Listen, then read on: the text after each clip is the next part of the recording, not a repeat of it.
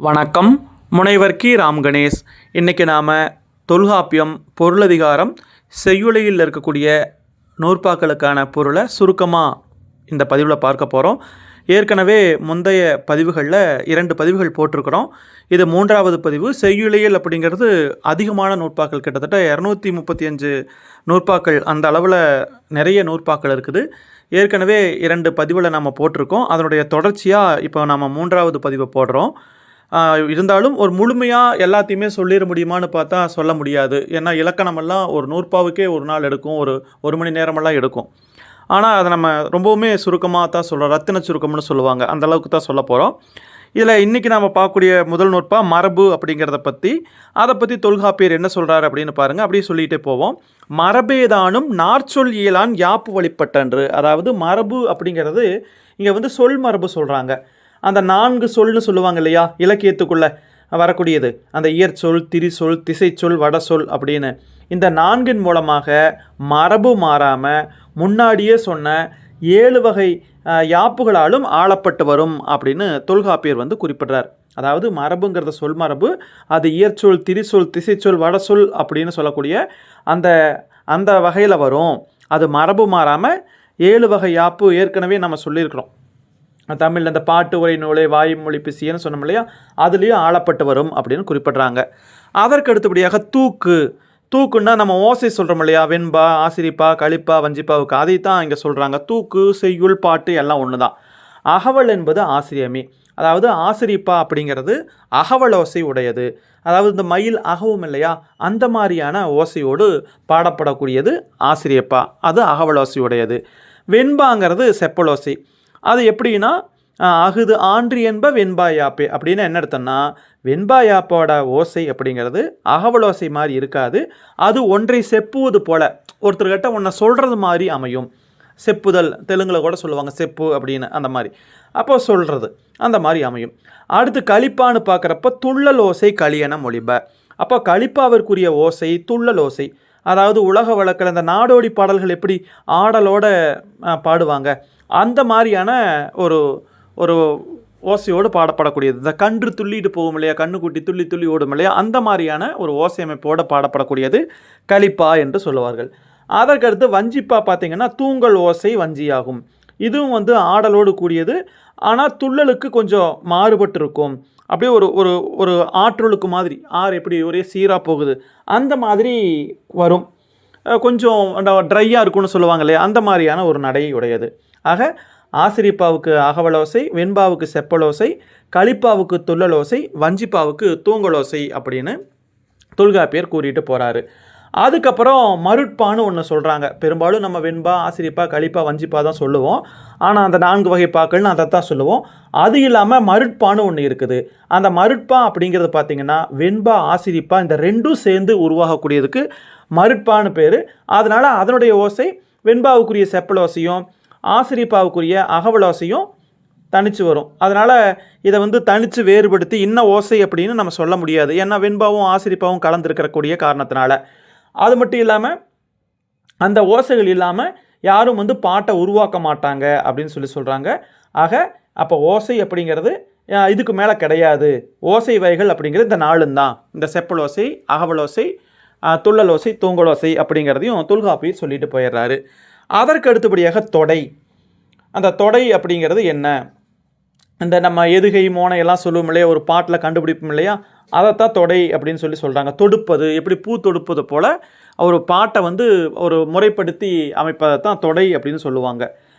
அது என்னென்னவெல்லாம் சொல்கிறாங்கன்னு பார்த்தீங்கன்னா, மோனை, எதுகை, முரண், இயைபு என 4 நெறி மரபென தொடை வகை என்ப. அப்போ தொடை வகை அப்படிங்கிறது 4: மோனை, எதுகை, முரண், இயைபு அப்படின்னு சொல்கிறாங்க. இதில் மோனை அப்படின்னா நமக்கு தெரியும், முதல் எழுத்து ஒன்றி வருவது மோனை, அடிதோறும் அல்லது சீர்தோறும். அப்புறம் அடிதோறும் அல்லது சீர்தோறும் முதல் எழுத்து அளவு ஒத்திருக்க 2ஆம் எழுத்து ஒரே மாதிரி வந்தனா எதுகை. முரண் அப்படிங்கிறது முரண்பட்ட சொற்களால் வருது. இப்போ பார்த்திங்கன்னா நன்மை, தீமை, மேடு, பள்ளம், நல்லவர், தீயவர், அந்த மாதிரி. இயைபு அப்படிங்கிறது பார்த்திங்கன்னா இறுதியில் இருக்கக்கூடிய சொல்லெல்லாம் ஒரே மாதிரி வர்றது, சொல்லோ எழுத்தோ. இப்போ பார்த்திங்கன்னா பாரதியாருடைய கவிதை பாருங்கள், எண்ணிய முடிதல் வேண்டும், நல்லவே எண்ணல் வேண்டும், திண்ணிய நெஞ்சம் வேண்டும், தெளிந்த நல்லறிவு வேண்டும். அதில் பாருங்கள் வேண்டும் வேண்டும்னே வரும்.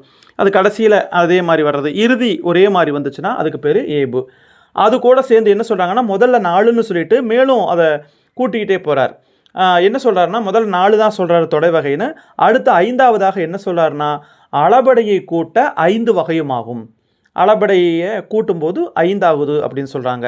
அது மட்டும் இல்லாமல் அதுலேயே பார்த்தீங்கன்னா ஓரடிக்குள்ளே என்னென்னவெல்லாம் வரும்னா பொழிப்பு, ஒரு, செந்தொடை மரபும் அதுக்குள்ளேயே வரும் அப்படின்னு சொல்கிறாங்க. அது மட்டும் இல்லாமல் இதை நிரல் நிறை என்று சொல்ல வந்த பொருள்களை நிரலை நிறுத்தி அதில் முடிக்கக்கூடிய சொற்களையும் அதே வரிசையில் நிறுத்துறது, இதெல்லாம் பிற்காலத்தார் இதை பொருள்கோள் அப்படின்னும் அணினும் வகைப்படுத்தினாங்க. அதே மாதிரி இரட்டையாப்புன்னு ஒன்று சொல்கிறாங்க. அது என்னென்னா ஓரடி முழுவதும் வந்த சொல்லே வர்றது. அதெல்லாம் முன்பு இருந்த பெரியோர்கள் சொல்லியிருக்கிறாங்க. ஆனால் இது பொருத்தமாக இல்லை அப்படின்னும் குறிப்பிட்டு போகிறாங்க. அதுக்கப்புறம் மோனைத்தொடியினுடைய இலக்கணம். அடிதொரும் தலையெழுத்து ஒப்பது மோனை. தலையெழுத்துன்னா முதலெழுத்து ஒன்றி வந்தால் மோனை. அகுது ஒளிந்தொன்றின் எதுகையாகும். முதலெழுத்து இல்லாமல் 2ஆம் எழுத்து ஒரே மாதிரி வந்துச்சுன்னா அதுக்கு பேர் எதுகை அப்படிங்கிறதையும் தொல்காப்பியர் குறிப்பிடுகிறார். அந்த 2 தொடைக்கும் கிளை எழுத்து இருக்கும்னு சொல்கிறாங்க. கிளை எழுத்துன்னா என்னென்னா ஒரே மாதிரி வர்றது, அந்த இனம் மாதிரி வர்றது. ஏதேனும் ஒரு வகையில் இப்போ ஆவுக்கு ஆ அப்படின்னு வந்தால் தான் இனம் மோனை. இப்போ ஆரரி அப்படின்னு வந்தால் ராவுக்கு ரூ வர்றது இன எதுகை. இந்த மாதிரி அந்த வர்க்கம், அந்த வரிசை அந்த கா வரிசைனா காக்கா கீக்கி அந்த வரிசையில் பூரா வர்றது, அதை தான் கிளை எழுத்துன்னு சொல்லுவாங்க. அதுக்கப்புறம் முரண்னா என்னென்னா மொழியினும் பொருளினும் முரணுதல் முரணே. முரண்பட தொடுப்பது. நம்ம ஏற்கனவே சொன்னோம் இல்லையா, சொல்லோ பொருளோ முரண்படும் வரை. நீர் அதுக்கு ஆப்போசிட்டு தீ, சிறுசு பெருசு அந்த மாதிரி. அதுக்கடுத்து இயைபு அப்படிங்கிறது கடைசியில் இருக்கக்கூடிய சீரோ எழுத்தோ ஒரே மாதிரி வர்றது. அளபிலின் அளபடையில் வருதுன்னா ஓ ஓ எமக்கு இந்நோய் செய்த கண் இந்த மாதிரி. அதாவது ஒரு நெடிலெழுத்துக்கு பக்கத்தில் அதே மாதிரியான ஒரு குறியெழுத்து வர்ற மாதிரியான அமைப்பில் வரக்கூடியது அளபடை. அந்த ஓரடிக்குள்ளேயும் பொழிப்பு வரும் அப்படிங்கிறாங்க. ஒரு சீர் இடையிட்டு எதுகை பொழிப்பு தடை வரும். அதாவது முதல் சீரும் 3ஆம் சீரும் ஒரே மாதிரி வர்றது. அதே மாதிரி ஓரடிக்குள்ளே 2 சீர் இடையிட்டு வந்துச்சுன்னா அதை ஒரு தொடைன்னு சொல்லுவாங்க. அதே மாதிரி பார்த்திங்கன்னா இதிலேருந்து என்ன சொல்கிறது, இது வரைக்கும் சொன்ன தொடை வகையிலிருந்து வேறுபட்டு இயல்பாக அமைவற்றையெல்லாம் சொல்ல வல்ல புலவர்கள் என்ன சொல்கிறாங்கன்னா செந்தொடை அப்படிங்கிற பேரில் சொல்கிறாங்க. அதற்கப்புறம் தொடைகளினுடைய விரி அப்படின்னு சொல்லி பார்க்குறப்போ மொத்தம் 13,699 குறிப்பிடுறாங்க. மொத்தம் தொடைகளுடைய வகைகளாக 13,699 குறிப்பிட்டுட்டு போகிறாங்க. அதுக்கப்புறம் தொடையை பற்றி நன்கு ஆராய்ஞ்சு பார்த்தோம்னா அதனுடைய வகை எல்லை இல்லாமல் விரிஞ்சு போய்கிட்டு இருக்கும் அப்படின்னு சொல்கிறாங்க. இது இவ்வளோ தான் தொடைகளுடைய வகை அப்படிங்கிற மாதிரி குறிப்பிட்டுட்டு போகிறாங்க. அதுக்கப்புறம் நோக்கு அப்படிங்கிறத பார்க்கும்போது தொல்காப்பியர் என்ன சொல்கிறாருன்னா தமிழ் முறை திறனாய்வுன்னு சொல்லலாம். அதாவது நம்ம நயம் பாராட்டுறதுன்னு இன்றைக்கி சொல்கிறோம். நயங்களை தேடி கண்டுபிடிக்கிறது. ஆங்கிலத்தில் எப்படி கிரிட்டிசிசம் பண்ணுறோம், அந்த குற்றங்களை தேடி காண்பது, அந்த மாதிரி தமிழில் நயங்களை காண்பது நோக்கு அப்படிங்கிற பேரில் சொல்கிறாங்க. அதுக்கு நிறைய ஒரு நீண்ட விளக்கமே கொடுக்குறாங்க. அதுக்கடுத்து பா வகை குறிப்பிடுறாங்க. ஆசிரியம், ஆசிரியப்பா, வஞ்சிப்பா, வெண்பா, களிப்பான்னு 4 வகை உடையதாக அந்த பாவகையானது சொல்லப்படுகிறது அப்படிங்கிற செய்தியும் சொல்கிறாங்க. அந்த பாவினுடைய மருங்கு அந்த 4ஆக விரிந்த அந்த பக்கம் அதை சீர்பட தொகுத்தா ஆசிரிப்பா வெண்பா என அவ்விரண்டு பாவினுள் ஏன 2மே அடங்கும் அப்படின்னு சொல்கிறாங்க. அதுக்குள்ளே அந்த 4மே பார்த்திங்கன்னா முதலே வெண்பா, ஆசிரிப்பா, களிப்பா, வஞ்சிப்பா சொன்னோம். ஆனால் அந்த ஆசிரிப்பா வெண்பாவுக்குள்ளேயே அந்த மற்ற 2ம் அடங்கிரும் அப்படிங்கிறதையும் தொல்காப்பியர் குறிப்பிட்டு போயிருக்கிறார். இப்போ நம்ம இதுவரைக்கும் இந்த பார்த்துருக்க இன்னும் நூற்பாக்கள் போகுது. கிட்டத்தட்ட ஒரு 100க்கு மேலே ஒரு 103, 104 நூற்பாக்கள் நாம் இது வரைக்கும் பார்த்துருக்குறோம். நாம் சொன்ன இதெல்லாமே ஒரு மேலோட்டமான ஒரு விளக்கம். எதுவுமே தெரியலை அப்படிங்கிறதுக்கு ஏதாவது அப்படிங்கிற மாதிரி தான் இந்த விளக்கம் கொடுத்துருக்குறோம். நீங்கள் நூற்பாக்களை அந்த நூல் வாங்கி, அதாவது தொல்காப்பியத்தை வாங்கி முழுமையாக வாசித்து பார்த்தீங்கன்னா மட்டும்தான் முழுமையாக விளங்கி கொள்ள முடியும் அப்படிங்கிறத நான் தெளிவுபடுத்துகிறேன். அதனால தான் நான் அந்த தொல்காப்பியம் போடுறதுக்கு கொஞ்சம் யோசனை பண்ணுறதுக்கு காரணமே அதுதான். ஏன்னா முழுமையாக சொல்லிட முடியாது. தொல்காப்பியத்தை பொறுத்தளவில் அதுக்கு ஒரு நீண்ட விளக்கம் தேவை. ஒவ்வொரு நூற்பாவுக்குமே விளக்கமெல்லாம் சொல்லும்போது அது முடியவே முடியாது. அது ரொம்ப ஒரு சிரமமான காரியம். இருந்தாலும் நீங்கள் கேட்டுக்கிட்டதுக்காக நான் போட்டிருக்கேன். இது ஒரு மேலோட்டமான ஒரு விளக்கம்தான்.